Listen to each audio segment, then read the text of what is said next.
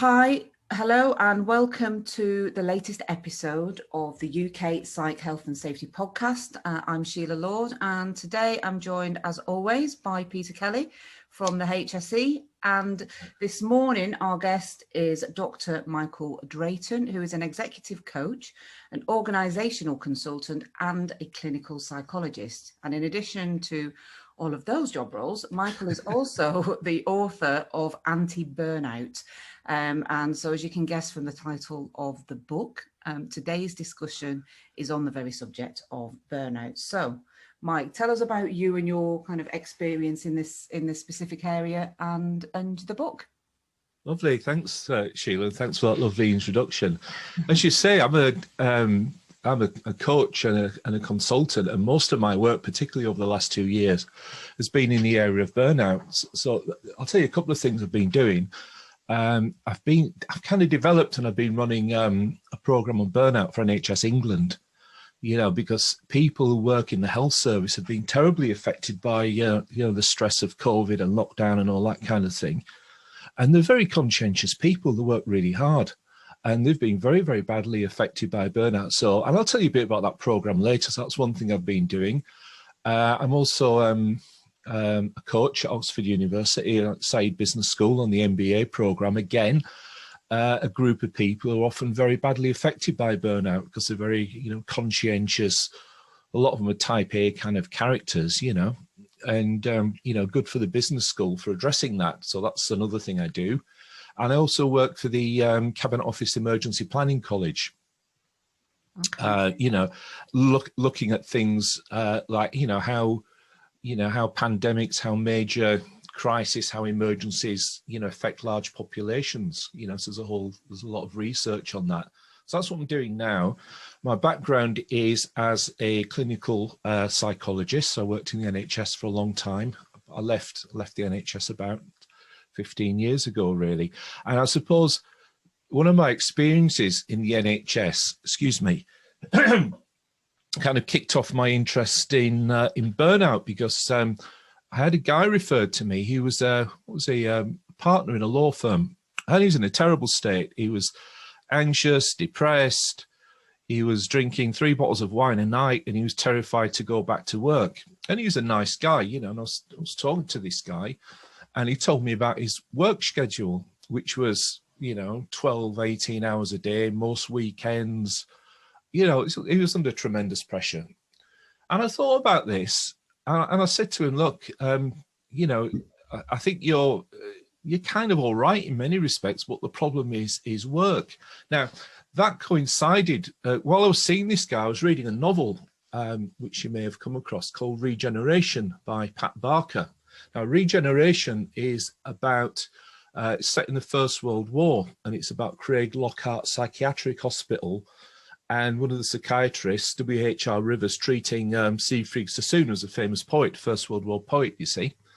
And people were sent to Craig Lockhart with shell shock, what we used, PTSD, we used to call shell shock.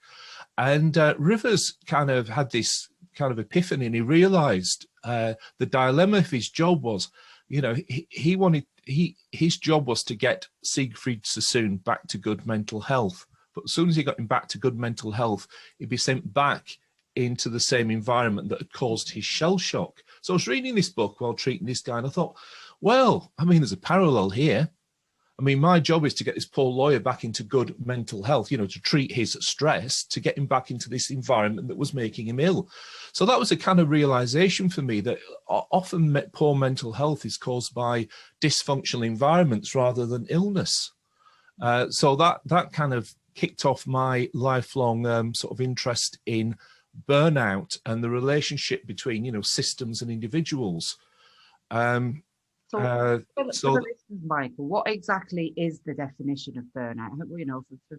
For kind of the layman listeners as well. Well, it's a good question, because most people think burnout is just overwork and tiredness, but it's a lot more than that. And the World Health Organization last year, came out with a, proper definition. And the first kind of important bit of the definition is that burnout's not an illness, it's not a disease, it's not like depression or anxiety, although it manifests like that. It's actually an occupational phenomenon caused by chronic stress.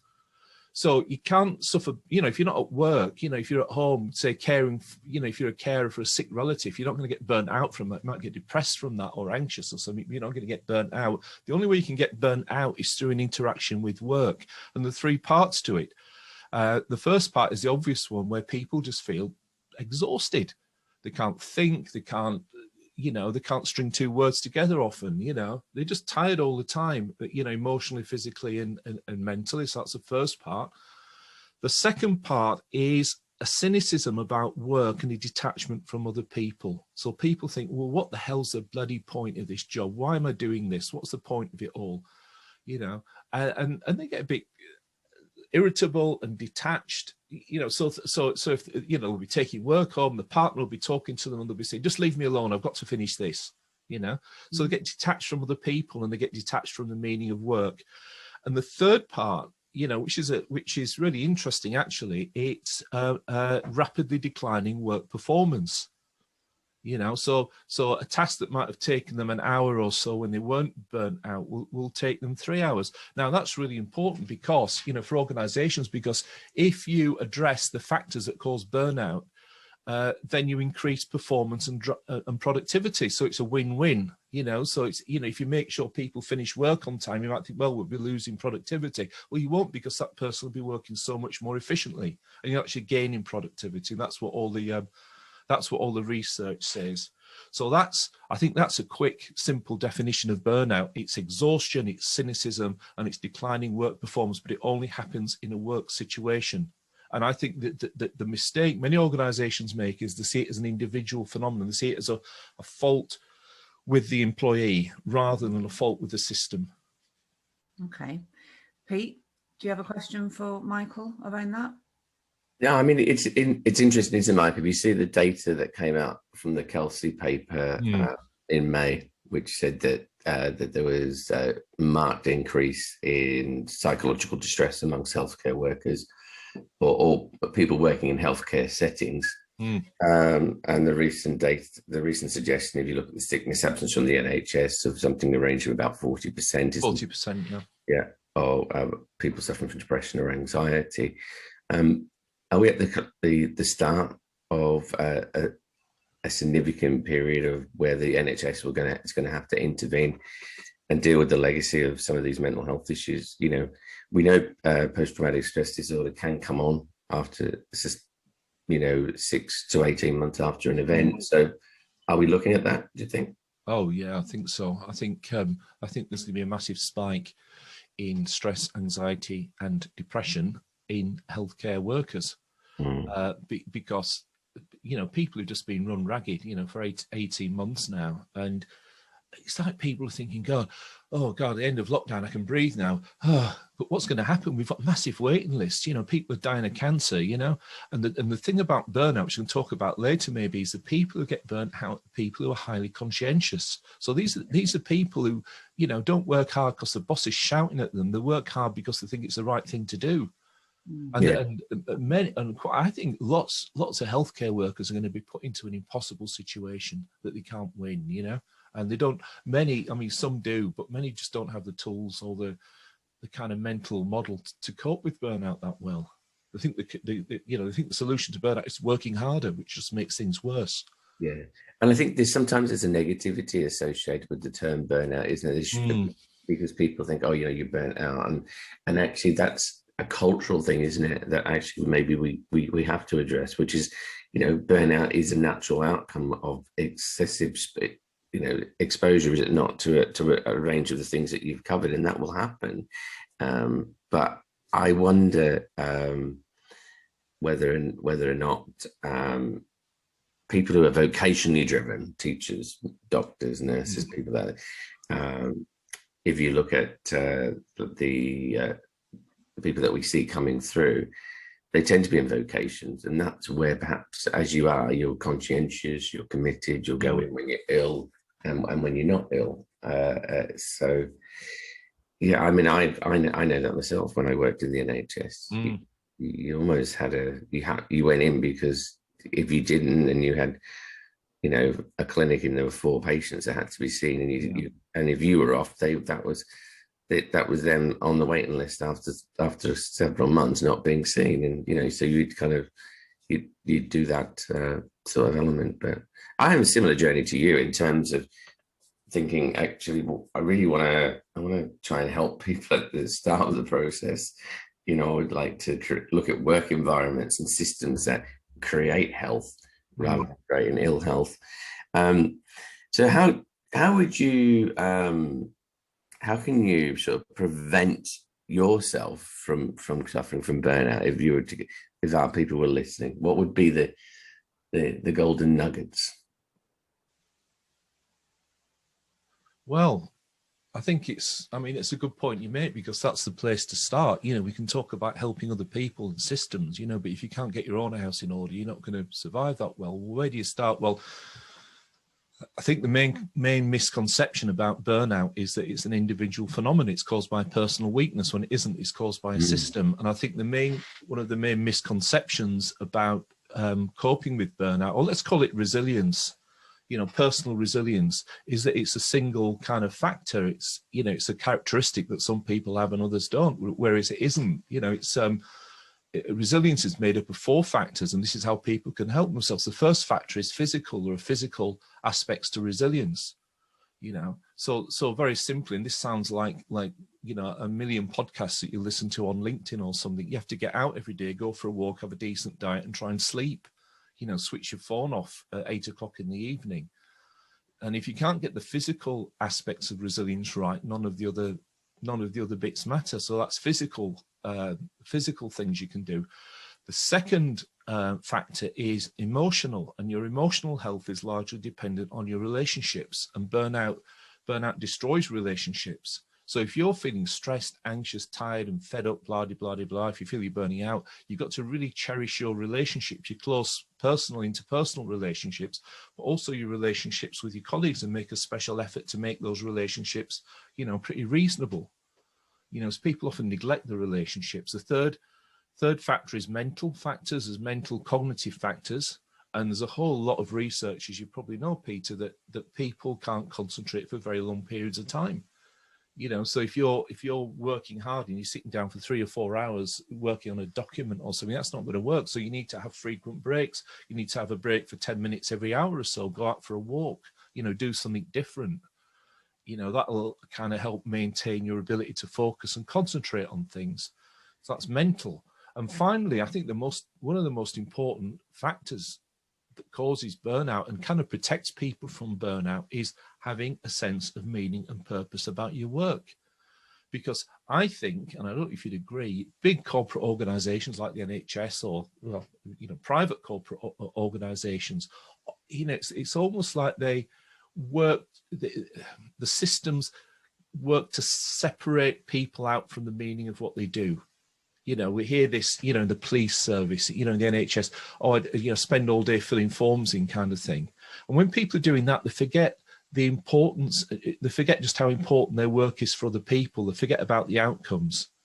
So I think the final factor that would help you, or help a person on the road to burnout is just to stop, take a breath, and remember why they wanted to do that work in the first place, and what's important, what's meaningful about the work. And I've been talking to a guy who was on your podcast a few weeks ago, Paul, who was an airline pilot, and it astounded me that he talked about how fed up airline pilots are. And to me, that's a really glamorous job. I mean, I couldn't imagine, get a nice uniform and everything, but lots of airline pilots who've studied for years, and, when they were studying, they cut the right arm off to be a pilot of a 777 or something. They're just fed up. And I think that's partly because they've forgotten how important and meaningful their work is. So I think they're the 4 factors. It's physical, it's emotional, mental, and finding a sense of meaning and purpose. That protects people from burnout. And that's what the work that I've been doing with NHS England has been based around. And what do you think are the obstacles then to preventing burnout? Obstacles? Oh, well, there are lots of obstacles. There, the obstacles. The top three. Sorry? The top 3 then. Oh, the top 3. Well, in plain English, there are 3 things. The first one is people don't know what to do. If you're a manager, let's say, or you've got a colleague who's burning out, people are frightened to frightened of saying the wrong thing. They're frightened of making things worse, or they're frightened of appearing intrusive. And one of the, what shall we say, cognitive biases that underpins this is oh gosh, what's it called now? Bystander effect. You know, there's that story, you know, back in the 1964 of Kitty Genovese, you know, the woman, the bar worker who was murdered. She finished work and she was working home and she was stabbed by this guy. And she managed to make it to the stairwell of her apartment. He caught her up and he stabbed her and he killed her. The police turned up to interview, to investigate the crime. And they found out that 34 people had witnessed this murder. And the police asked them the question. They says, well, why didn't you do anything?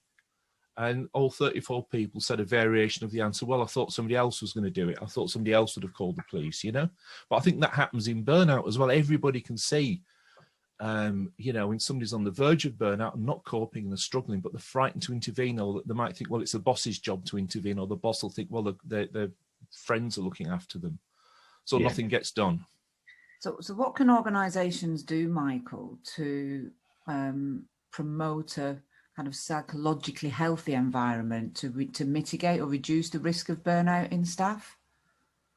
Well, that's a big question. That's a very good question. I've recently been reading some work done by a psychologist called Aaron Antonovsky, who's a very interesting guy. Antonovsky wrote a book back in 1979 about some research he did with Holocaust survivors. So he interviewed a whole bunch of Holocaust survivors about how they'd survived concentration camps. And what he found was 70% didn't survive that well. 70% were ill, physically or mentally ill, but 30% survived okay, and they went on to lead useful, productive, happy lives. They got married, they had families, they had careers, and so on and so forth. And that was the group he was interested in. He thought, how did this 30% of people survive this really, you know, unbelievably horrendous environment? And he developed this idea of sense of coherence. He said the people who survived the Holocaust had a strong sense of coherence, and this is what organisations, I think, can tap into. So what's a sense of coherence? Well, a sense of coherence is it's made up of three things. First of all, it's something called comprehensibility. So Antonovsky said the people who survived this trauma kind of had a theory to understand what was happening. So many people in the Holocaust thought, well, I'm a good person, I've worked hard, I was in the German army, why should this happen to me? But the people who survived understood what was happening. They had a theory, you know, well, this is an economic crisis and we're being scapegoated to, you know, all this kind of stuff. So what businesses can do is explain to people what's happening. So, for example, when they're coming back to work after COVID, you know, are you allowed to use the water cooler? Will you be sat with your friends and so on? So people can understand what's happening to them. So lots of information. The second factor was what he called manageability, which is the same as a sense of agency. So to build an organisation that mitigates against burnout, you need to give people a sense of control over their lives. And we all know that there's lots of research about a sense of control, you know, promoting psychological safety and good mental health at work. And finally, the third factor he talked about was meaningfulness, which is what I've mentioned earlier about, you know, ensuring that your employees in your organisation understand why they're doing what they're doing and have a sense of meaning and purpose. Mm-hmm. And I think I'd add to that, actually. I think the easiest and kind of quickest thing organisations can do is to enforce some boundaries. You know, so make sure people finish work on time, make sure, you know, emphasise how important it is to have lunch breaks, that kind of thing, especially when people are working from home. I think that's one of the things that the pandemic has done, though. It's breached those boundaries, isn't it? You know, in terms of how we look at remote working and what people do. And I mean, I've been in this work environment now for, was it nearly 16 months? Mm.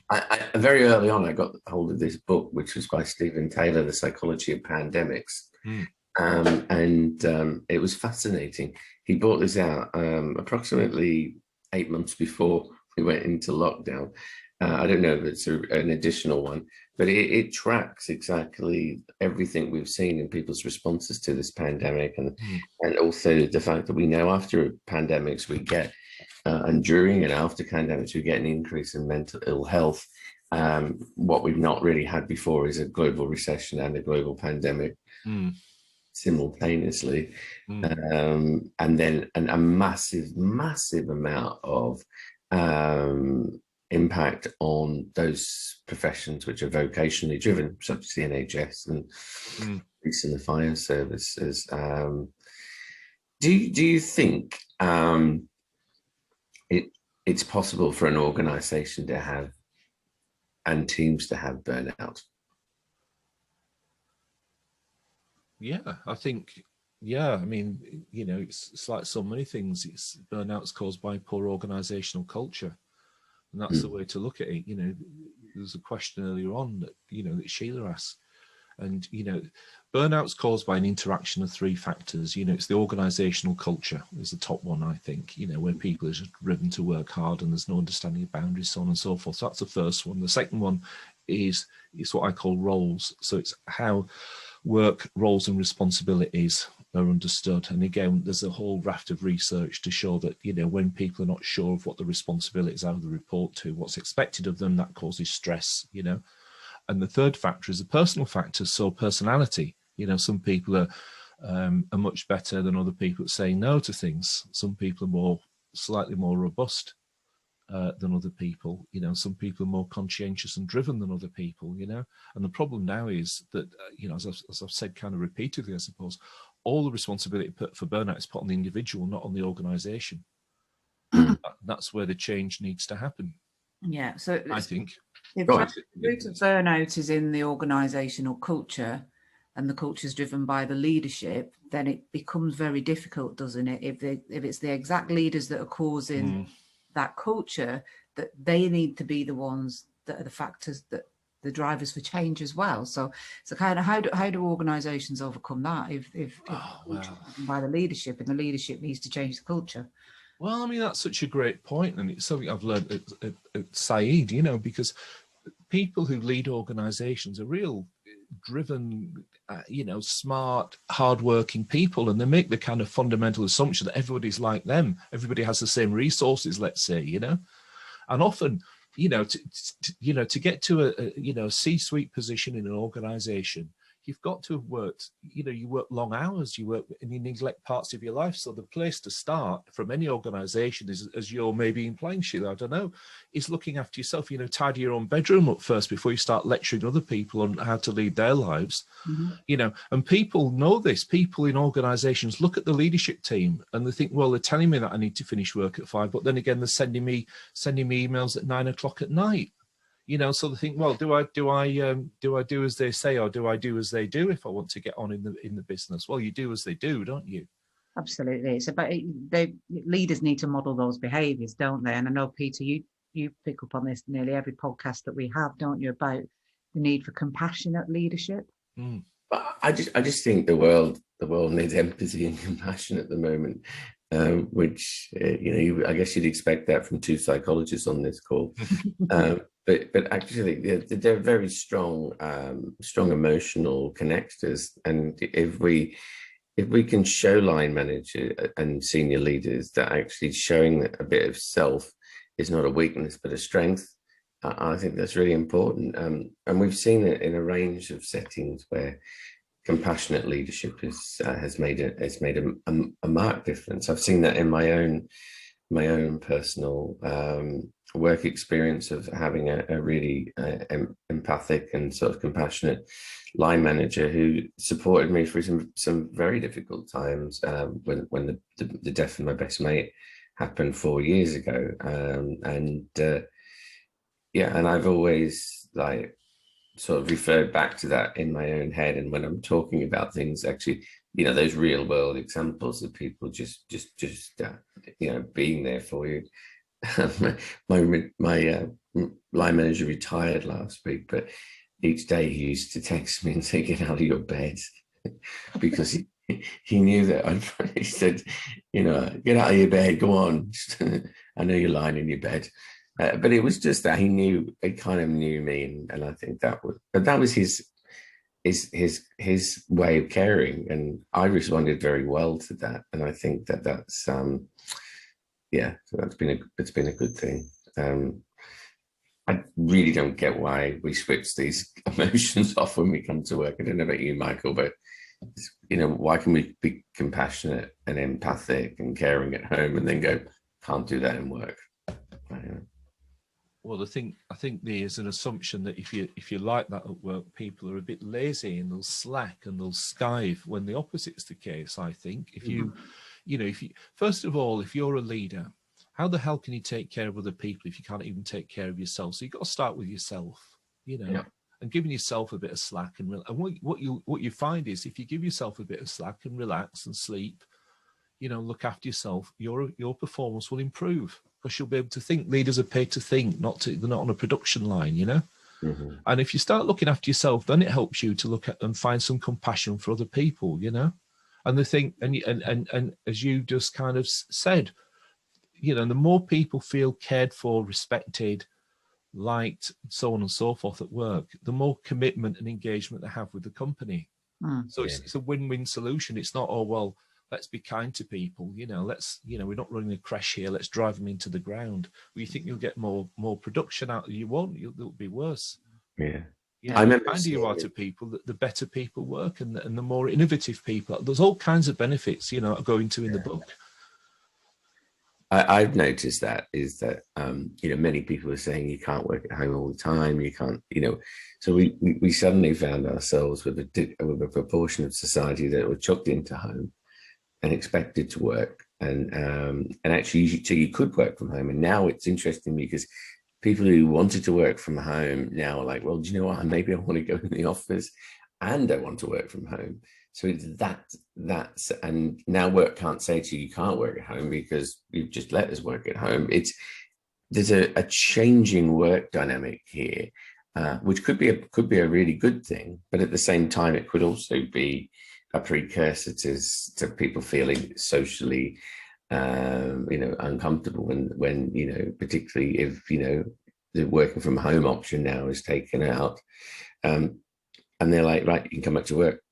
But they're like, whoa, how do I, I'm not sure about that, And I think we've got to, we have to consider how that's managed. And, I went into the office last week for the first time in 8 months and had a meeting. And I was like, whoa, this is great. But there was only 6 of us on a floor that can fit 200 people. Mm.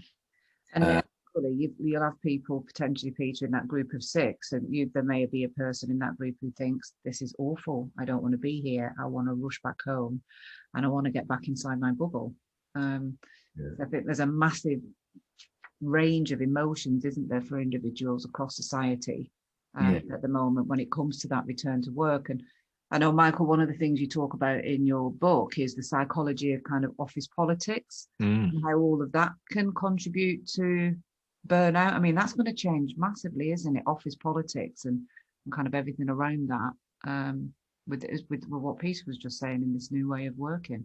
I mean, how do you think that's going to impact burnout kind of coming out of COVID as we kind of settle into a new norm? What are your views on that? It's got the potential to, but I think it's a massive kind of underestimated problem, really, because I mean, I've noticed talking to people, there's all, I think I don't think it's a majority, but in a significant subgroup, there's almost, how do you say, an agoraphobia, kind of a fearfulness of going back to the office and interacting. Now, I'm doing a workshop actually on the 30th of this month, face to face. Oh my God, with 20 people. I thought, oh my, and I don't know, a couple of years ago, I thought, well, I'll do lots of workshops. It's not going to be that, I'm feeling quite anxious about it, to be honest. I'm quite extroverted, you see, but if you're a very kind of introverted kind of person and somebody who doesn't like change, it can be terrifying going back to work. And I was talking to a CEO a few weeks ago, and he kind of put his foot down and said, right, everybody, has to come back to the office for 2/3 of their working week. So they have to come back for 3 days a week at least.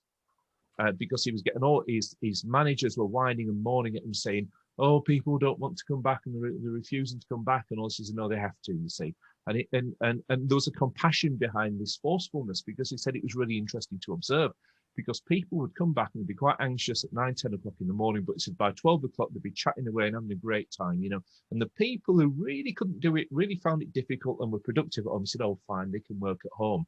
But what happened then, he said, you're talking about the office politics, he said there was almost some resentment, from the people in the office saying, look at Jim, Jim's at home and I have to come in and do the commute every day, And there's other issues as well, such as promotion. Was some research, I saw something in the paper recently, that people who work from home, it's kind of out of sight, out of mind. So the promotions tend to go to people who actually working in the office, which is more, let's say, insidious or unconscious pressure to come into work, when that might not be the best place for you to, perform your task, let's say.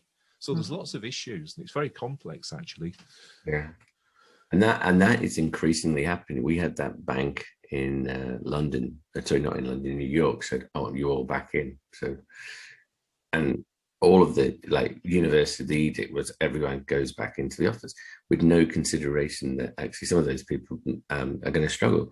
And I anticipate that decision will be reversed because people will start leaving the organisation. And then you've got an issue of, if you want to be a successful brand, you have to have people that are looked after and they're cared for. And if you think the only way that you can do that is by monitoring them and by putting them completely into an office and never actually, giving them autonomy and which we've just given everyone, have we not? For the last period of time, we've given people autonomy and freedom to work at home, and then say, but now we're taking that away from them because we don't trust you. Yeah. That's a huge, fracture in that relationship between the organisation and its people. And fair play, but let's see what happens in the next 6 months. Yeah, we just need a bit of thoughtfulness. It's all very well saying, well, you can work at home when it suits us. When it suits the business, you can work from home, but now it suits us to come in. Well, that's not equitable. It's not fair, is it? There's a sense of unfairness, and there's all kinds of issues, gender issues. That's another hot topic, isn't it, as well? Childcare and all that kind of stuff. It's definitely changed. And I talk about this, the modern office, or the office as we know it, is not going to be the same because of what we've gone through. We won't have, outside of those services which are the key workers, we won't be going back to fully kitted out offices for at least probably 18 months. While we try as we do that. And I, like you, I've had one meeting in London, and that was my first trip down on a train. It was in a very open environment. I was outside, and it felt okay. And I did all everything for it. But I haven't done a presentation in front of physically in front of 20 or whatever, 100 plus people since the start of this, and it'll be an interesting experience when I have to stand up and go, to do that. Another thing is, there's a tip here for you, Peter and Sheila. You should buy shares in Marks and Spencer's, because people like me are having to go out and buy bigger suits because I can't get into the suit that I used to wear 2 years ago now. I've done the opposite way. I do 20,000 steps a day, so I've got myself into a slimmer version, and I try and do 10,000 before 10 a.m. That's my other process. Not today, because obviously we're having a lovely talk now at 9 o'clock in the morning. But yeah, I think that's been a good thing. I needed it, I'll be honest. I need to get out and get that fresh air. We're talking about those 4 pillars, and actually being in the house and being stuck here is, as an extrovert, is just not. Yeah, me too. But you're a rarity, aren't you, Peter? You're a psychologist who actually follows your own advice. Well, yeah, absolutely. And I'll be honest, Michael, I've had, I spoke to a therapist during this. I've got a good relationship with this therapist I've met. He just knows me and gets me. But I've had to you know, I've dipped into that to say, I'm offering all this advice to people on mental health. And, you know, I'm like, and I'm sitting there going, I think I've shared this story with Sheila. I just got up one morning and I watched was smart TV in my bedroom and put on, there was a picture of a donkey. Really happy to see its owner, and I started crying. And I thought, something's not quite right. And I got in the shower and I was crying in the shower. And I thought, right, I need to get out. And I remember talking about, you know, actually recognizing I needed a couple of hours in a different headspace. So yeah, but I think it's important for us to be genuine, and you know, and I can't do health and well-being without actually employing myself, because it's disingenuous, isn't it? You know what I mean? But it's also being honest with people, and you know, and I think you know, I've spent the last 20 years advocating that mental health, and what we need to do is promote mental health, and actually we shouldn't be ashamed of mental illness, and I think that we have to, you know. But yeah, having access to a therapist who I get on really well with. Well, you know, I don't know if you've ever done therapy with a psychologist, but it's like, you know, like I'm thinking, are you sort of like developing schemas in your head of where I'm going with this? Yeah, I've often thought like, yeah, I had therapy for 7 years. Yeah, which was a positive. It was a very difficult, actually, it was a very stressful experience in many respects. But it was a good experience. And I kind of quite like to go back to that. I mean, that's something for me to think about. But isn't that part of this idea? You know, when we find ourselves in the burnout situation, sometimes we do need to do that, don't we? Need to dip in and understand what's going on personally for us, as well as the system, and I think that's you know, and then make changes to that system. I'm all about changing the systems. You know, the management standards for work-related stress one that we've put together was about looking at a systemic primary approach to it, to say the organization has a responsibility to manage it. At 45,003, which is a new standard that came out on psychological health, safety and well-being at work, at the premise has that principle, which is that we look at primary, secondary and tertiary. And you know, much of what we've seen over the course of the last certainly the last 5 years has been a heavy downward influence on tertiary interventions, and you know, which is what we always go back to. We go back to the default of treating the individual and not seeing the individual as part of the organization and intrinsically part of that organization. So people are often surprised when you say, well, look, the job itself might be functionally not right. Yes. Yeah. It's not the individual, because there's 5 people here saying the same thing. Now, 5 people saying the same thing, there's something systemically that's going wrong. But it's not that you have. I sometimes use a metaphor of like a nuclear power station. You know, if you're at in a nuclear power station and somebody you know falls ill with radiation poisoning, you know, you've got to treat them. But it kind of implies that something's going wrong in the system, doesn't it, in the power system? So you don't just treat the individual, you fix the source of the leak, you know. And I think burnout's very much like that. You know, you've got to help the individual, obviously, you know, but you've also got to look at what's causing the illness. And I think you're also right about one of another mistake is that with mental ill health, or whatever you want to call it, is it's all black and white. I'm well, I'm fine, and over there's these crazy people who are not coping, you know. But we all feel mentally unwell from time to time. We dip in and out of it. It's on a continuum. And the kind of, let's say, the sanest, most robust person, which is what I've seen again with these executives, you know, feels terrible at times, you know, but what they're able to do is they're able to manage to drag themselves back into coping, you know. And it's when you get stuck at that not coping stage that's the problem. But I think, again, I think burnout, I think we can all feel burnt out, you know, for days or weeks or something. And it's when we can't get ourselves back to you know, to be able to function, that then it becomes a real serious problem. But it's not just them and us. It's not, oh, they're the weak ones and we're strong. And that's often, I think, how people see things, which is a mistake. Absolutely. Yeah. So, Mike, we are kind of coming towards the end of our kind of 40 45-minute session. We generally close off with a question, which is basically kind of what would be your kind of key nugget, your like advice to business leaders, the one kind of main takeaway that if you know, for them to have front of mind when it comes to burnout, psychological health and safety, what would be that key piece of advice you'd give? There's two very quick ones. First of all, as I've been harping on about, see burnout in your organisation as a sign that it's an early warning sign that something's going wrong in the organisation, not so much the person. The second thing is I reviewed all the literature on burnout in writing this book, and the strongest and most robust finding is this, that you can do a stressful, difficult, hard job, but at the end of the day, if you're able to switch off, then you're at low risk of burnout.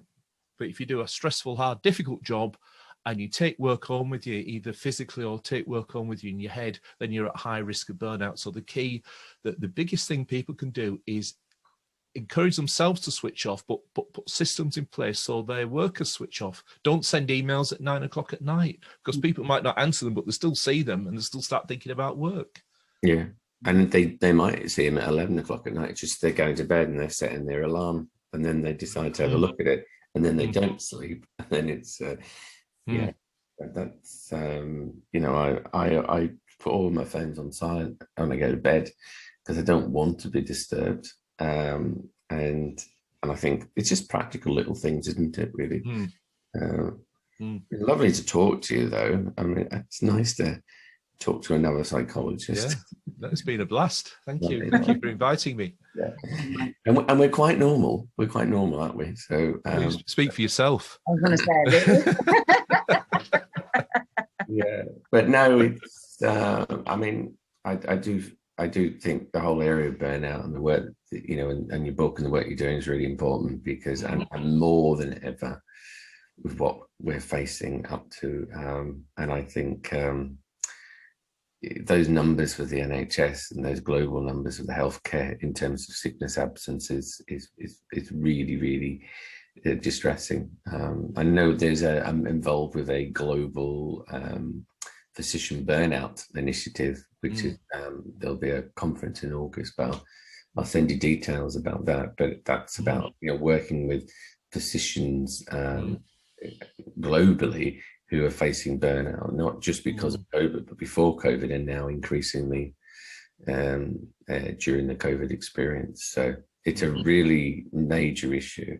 The group I'm working with, it's the same figure, 40% burning out, and 40% is 40%, but it's people's lives. It's misery, it's unhappiness, and it's not just 40%, because it's their families, friends, and colleagues as well who are affected. You know, it's a whole big deal, you know. Yeah, and it's not it promulgates across the whole of everything, work, the home, the place. It's just and it's a shame as well. You know, these people burn out, feel ashamed, they feel weak, they feel lacking, they think it's their fault. You know, and that's the thing about my book. You know, it's not a self-help book. You know, it shows that burnout's part of a system, part of it. It's an organisation. It's the boss's problem to sort out rather than the person's problem. Yeah, absolutely. Love that. Fabulous. All right. Thank you, Michael. My pleasure.